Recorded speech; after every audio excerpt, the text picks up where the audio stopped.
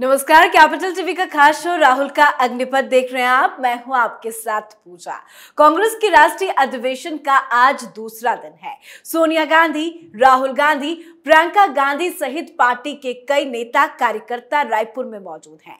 एक तरफ प्रियंका गांधी का स्वागत अधिवेशन में राहुल गांधी से ज्यादा भव्य तरीके से हुआ, तो वहीं छत्तीसगढ़ के मुख्यमंत्री भूपेश बघेल ने राहुल गांधी की तारीफ करते हुए कहा कि छत्तीसगढ़ राहुल गांधी के बताए रास्ते पर चल रहा है। तो वहीं सोनिया गांधी ने अधिवेशन में राजनीति से संन्यास लेने की ओर इशारा कर दिया।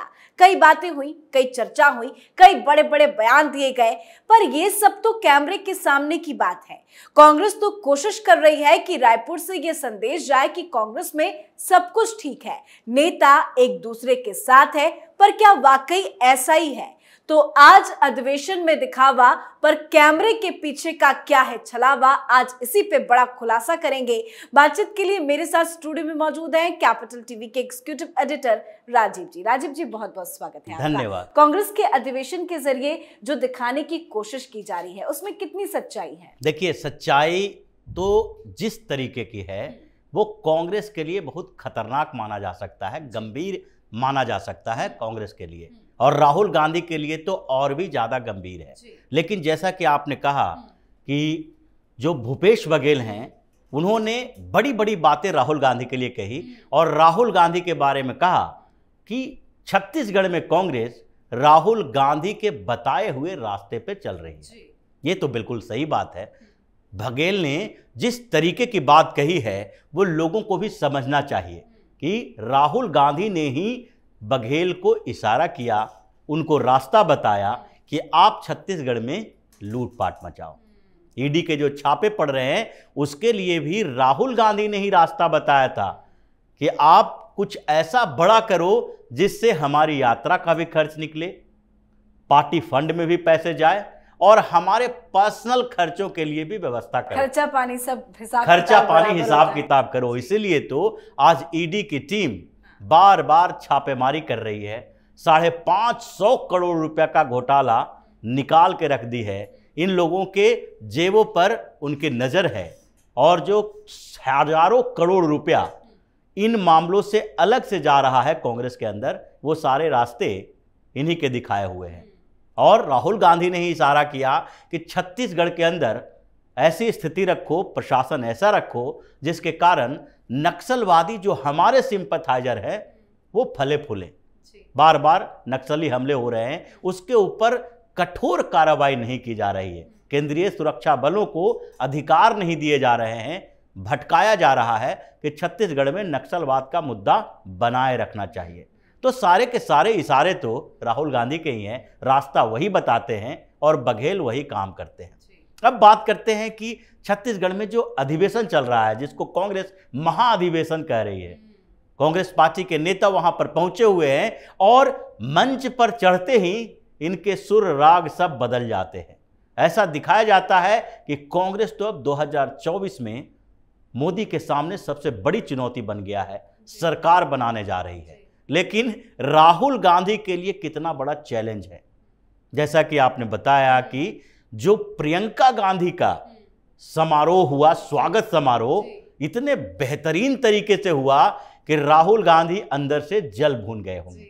राहुल गांधी को लगा अचानक से क्या हो गया, हमारे आने की खुशी। इतना ज्यादा ग्रैंड वेलकम करने की वजह क्या हो सकती है? बड़ी वजह तो यही है कि प्रियंका गांधी से कांग्रेस के एक धड़ा खुश है, राहुल गांधी से नाराज है। इन लोगों ने मान लिया है कि राहुल गांधी 2014 से 23 तक अब तक वो दिखा चुके हैं अपने पूरी कैपेसिटी को, पूरी क्षमता का प्रदर्शन इन लोगों ने कर दिया। लेकिन अभी भी कांग्रेस की स्थिति क्या है? जहां कांग्रेस के अंदर विवाद चलता है, राहुल गांधी जाते हैं, विवाद को बढ़ा देते हैं। जहां कांग्रेस के अंदर विवाद है, प्रियंका गांधी पहुंच रही है, राहुल से बेहतर तरीके से टैकल कर रही है। चाहे तो राजस्थान का संकट हो, सचिन पायलट को वापस लाने में प्रियंका गांधी की बड़ी भूमिका थी, राहुल गांधी से वो नाराज थे। ये उस समय सारे मीडिया में भी थोड़ी बहुत छिपी छिपी तरीके से रिपोर्ट आई कि राहुल गांधी के बदले प्रियंका गांधी से डील कर रहे हैं सचिन पायलट।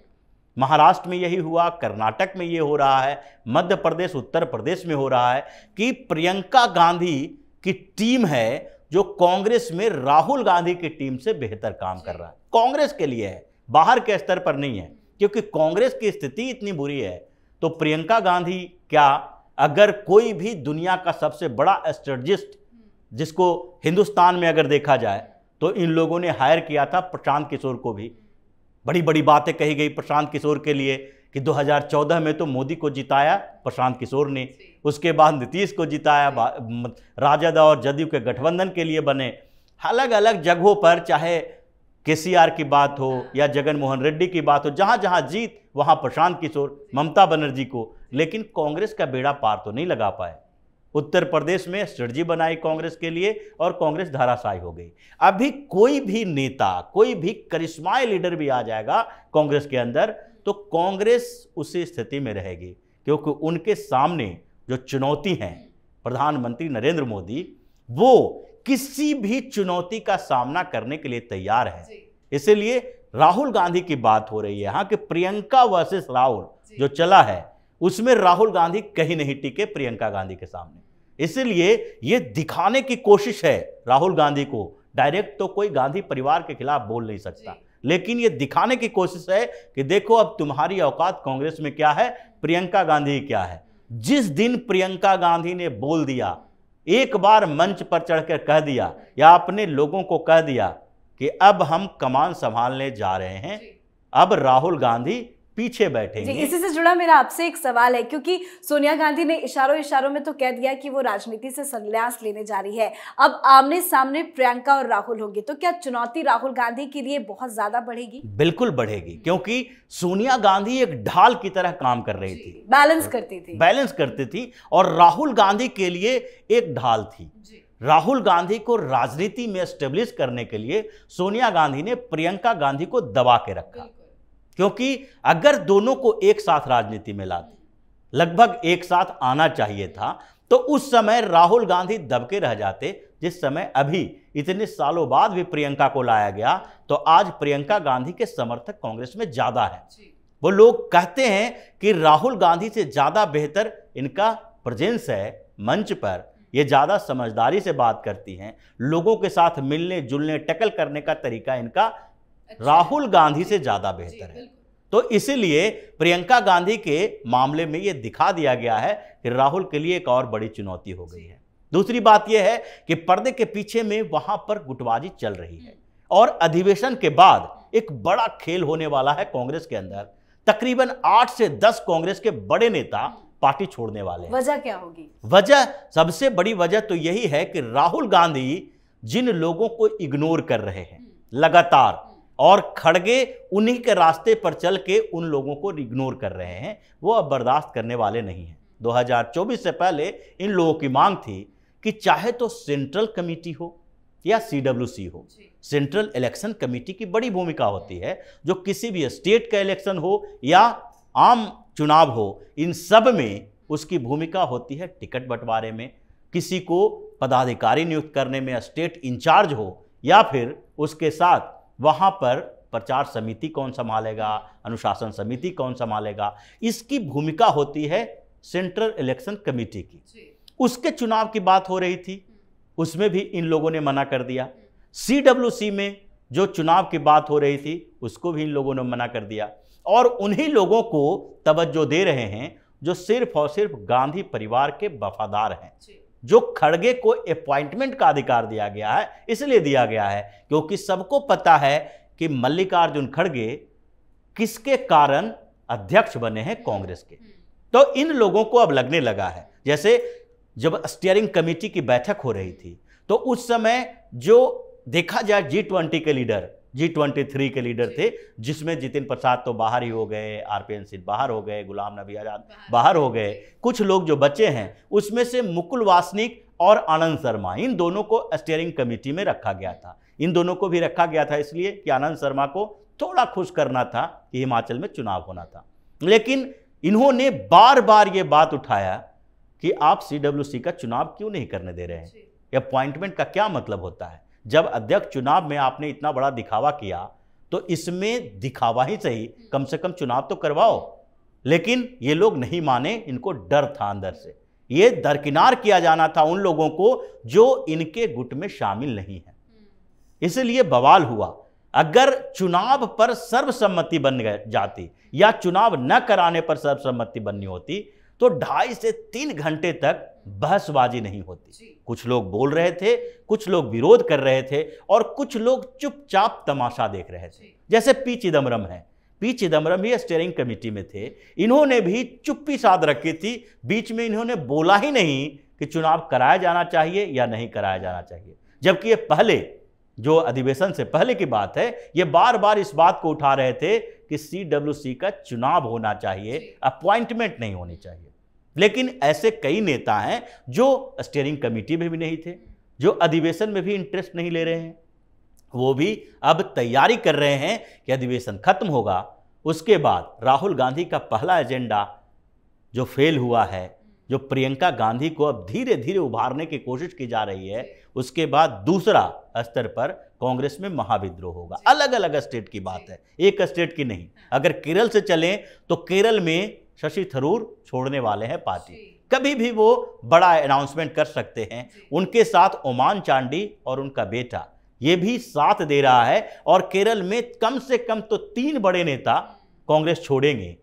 अनिल अंटनी ने पहले ही कांग्रेस के सारे पदों से त्याग दे दिया है और वो अब उस गुट में शामिल हो गए हैं जो राहुल गांधी के खिलाफ वहां पर एक नए मोर्चा पार्टी बनाए या फिर किसी दूसरी पार्टी का विकल्प तलाशे। महाराष्ट्र में भी यही स्थिति है, 4 नेताओं को इग्नोर किया गया है जो पार्टी छोड़ने के लिए तैयार बैठे हैं। महाराष्ट्र में तो कांग्रेस को खत्म करने की तैयारी है, जितने भी बड़े नेता हैं वो कोई भी इनके साथ खड़े नहीं है। जब नाना पटोले जैसे नेता के खिलाफ हंगामा चल रहा है, बाला साहब थोराट ने पहले ही पत्र दे दिया है अपने पदों से, जब वो पार्टी भी छोड़ने वाले हैं। अशोक चौहान, पृथ्वीराज चौहान और मिलिंद देवड़ा, ये 4 नेता जो महाराष्ट्र के हैं, वो चारों के चारों बार बार इस बात के लिए कह रहे हैं कि CWC में किसी को जगह नहीं मिल रही है, कांग्रेस में उन्हें भाव नहीं मिल रहा है, राहुल गांधी उनसे मुलाकात नहीं करते हैं। अपने करीबी लोगों को, जैसे HK पाटिल को वहां का प्रभारी बना दिया, नाना पटेल को अध्यक्ष बना दिया, तो ऐसे कांग्रेस कैसे चलेगी? डिक्टेटरशिप से नहीं चलेगी। तो इसलिए वहां पर एक नया मोर्चा खोलने की तैयारी वो लोग कर रहे हैं। उनको लग भी रहा है शिवसेना में विद्रोह हो गया है, NCP में विद्रोह हो रहा है, क्योंकि सुप्रिया सुले वर्सेस अजीत पवार अब बहुत तेजी से उभर रहा है। दोनों के पोस्टर लग रहे हैं कि कौन CM बनेगा। तो ये स्थितियां वहां पर एक नए विकल्प की तलाश के लिए दे रही है, जिसके लिए दरवाजा खुला होगा कि भाजपा से भी अगर गठबंधन करना चाहे तो कर लें, पार्टी में शामिल होना चाहे तो चले जाएं, या फिर NCP में दोनों गुट होंगे, शिवसेना के दोनों गुट होंगे, किसी के साथ वो मिलके नए विकल्प पर काम कर सकते हैं। उसी तरीके से पंजाब में देखिए, पंजाब में अभी कुछ समय पहले एक बड़े नेता ने पार्टी छोड़ी। दूसरे स्तर पर मनीष तिवारी का नंबर है। मनीष तिवारी जैसे दिग्गज कांग्रेसी नेता जो मोदी लहर में भी कांग्रेस के लिए सीट दिलाते हैं लोकसभा में, उनको भाव ही नहीं दिया जाता, ना स्टार कैंपेनर बनाया जाता है। इतना बड़ा महाधिवेशन हो रहा है, मनीष तिवारी का कहीं नाम नहीं दिख रहा है। वो भी इस पार्टी को छोड़ने वाले हैं। मतलब अलग अलग स्टेट में अगर देखेंगे तो बड़ी लंबी लिस्ट है, जो सब लोग ये इंतजार कर रहे हैं कि समय कब आता है, क्योंकि चुनाव एक ऐसा समय है जिसके आसपास नेताओं के वैल्यू बढ़ जाते हैं। अगर वो छोड़ते हैं पार्टी तो उनके लिए ऑफर भी बड़े होते हैं। अगर बीच में आप पार्टी छोड़ते हैं तो उस समय आपके लिए बड़े ऑफर नहीं होते हैं। तो वो इंतजार कर रहे हैं कि राहुल गांधी का दूसरा एजेंडा, जो विपक्षी एकता बनाने की, प्रधानमंत्री के उम्मीदवार बनने की है, वो ये नेता तोड़ेंगे, जबकि एक बार 10 से 12 नेता पार्टी छोड़कर जाए। मतलब असली खेल अब शुरू होगा। असली खेल अब शुरू होने वाला है। जी, बहुत बहुत धन्यवाद समझाने के लिए। तो अधिवेशन के दौरान देश के अलग अलग विषयों पर बात होगी, जिसमें कांग्रेस की दशा और दिशा भी तय होगी। कांग्रेस इस बैठक में आने वाले चुनाव को लेकर रणनीति बनाएगी। पर सवाल यह है कि जब कांग्रेस के नेता ही एकजुट नहीं है तो कांग्रेस कैसे 2024 चुनाव के लिए आगे बढ़ेगी? कांग्रेसियों में ही फूट है, राहुल गांधी का कोई भी एजेंडा नहीं है। सोनिया गांधी ने भी राजनीति से रिटायरमेंट का इशारा कर दिया है, पर क्या सोनिया के साथ साथ कांग्रेस का भी संन्यास लेने का वक्त आ गया है? आप अपनी राय कमेंट करके जरूर लिखें। देखते रहिए कैपिटल टीवी। नमस्कार।